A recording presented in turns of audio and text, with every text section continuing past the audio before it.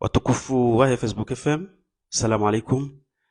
Uliho de namna ya hawa iliyo iho Komor abo yakaima kati ya mwiso yanu kabati namna ya ushidari publie video haurone sezi jirio tiono aula ya uheya ili n'intervene haluha ya kimanga ili ema partenaire wa ezensi za hatu wajue ezijirio Komor ema kati yanu. Chers téléspectateurs, téléspectatrices de Facebook FM, bonjour.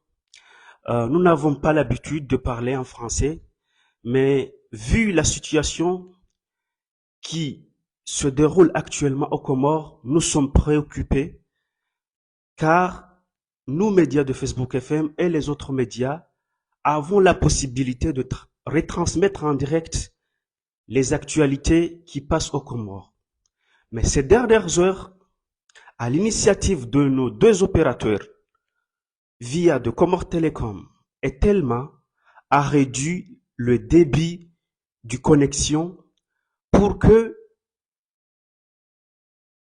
la population ou tout le monde ne sache pas ce qui se passe aux Comores. Nous voulons interpeller la communauté internationale que depuis hier, des affrontements entre la population et l'armée se produisent aux Comores. Ces affrontements sont causés par la publication ou la proclamation des résultats des élections présidentielles qui s'est déroulées le 14 janvier.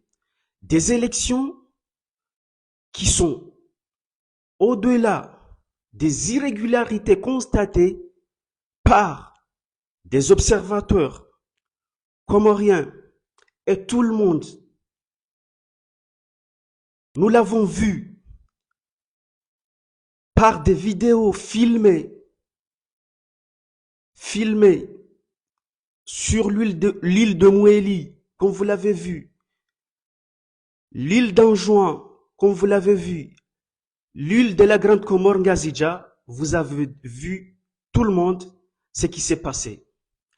Et la CENI, au nom d'Idriss, a pris la décision de proclamer les résultats des élections présidentielles à hauteur que le président Azali a obtenu un score de 62%. Ça, 62%, c'est le score que la CENI a attribué à Azali Assoumani. Depuis ces proclamations de résultats, la population a montré ses mécontentements à travers dans les rues. Et l'armée, depuis hier, utilise des gaz lacrymogènes, mais actuellement, vu la situation, actuellement, aucun média au Comores ne peut publier des vidéos sur live, c'est-à-dire en direct. Nous voulons prendre témoin la communauté internationale par rapport à ces actes que l'armée vient de commettre aux Comores et le gouvernement comorien, que les Comoriens sont quadrillés par l'armée dans toutes les villes, à Moroni, à Vanambrani, ainsi que les autres villages. La population n'a qu'une seule revendication, les résultats proclamés par Idriss. Comme nous le savons, Idriss, c'est quelqu'un qui avait rédigé le fameux rapport citoyenneté économique en tant que conseiller juridique de l'Assemblée pour mettre l'ex-président des Comores, Ahmed Abdallah Sambi, en prison et des opposants politiques comme Mohamed Ali Swali qui est en exil en France actuellement.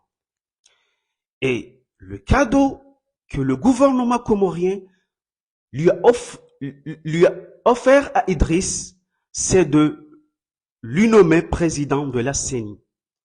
Et nous voulons interpeller toute la communauté internationale, prendre témoin de ce qui se passe aux Comores. Ainsi, plus particulièrement, il y a des arrestations qui sont faites par l'armée, plus particulièrement l'arrestation de Dr Ahmed. Daoud Khalifa et Momo, un partisan plus proche du parti Orange, est arrêté encore. Nous voulons prévenir, nous voulons informer à la communauté internationale que actuellement aux Comores, même la connexion, le débit de la connexion est réduit par deux opérateurs, c'est Comores Telecom et Telma. Nous voulons prendre témoin à la communauté internationale et les pays africains et les panafricanistes que actuellement aux Comores, nous ne pouvons pas vous diffuser des vidéos live parce que la connexion est coupée, la connexion est réduite par nos deux opérateurs. Ainsi, nous attendons des vidéos qui nous parviendra de Moroni pour le mettre, voir la situation qui prévaut actuellement aux Comores, car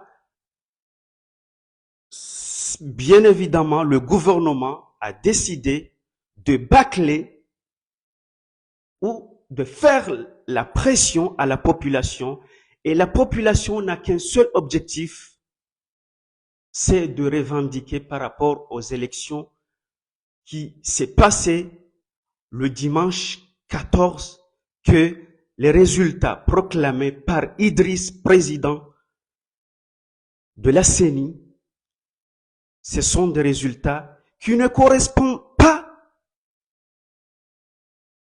aux voix des urnes que la population a votées. Parce que, par rapport, la CENI avait fait un communiqué pour dire que le taux de participation a été à hauteur de 60%.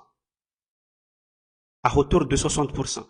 Pourquoi le jour des proclamations des résultats des élections présidentielles, Idriss vient envers la population de lui dire que le taux de participation était de 16%.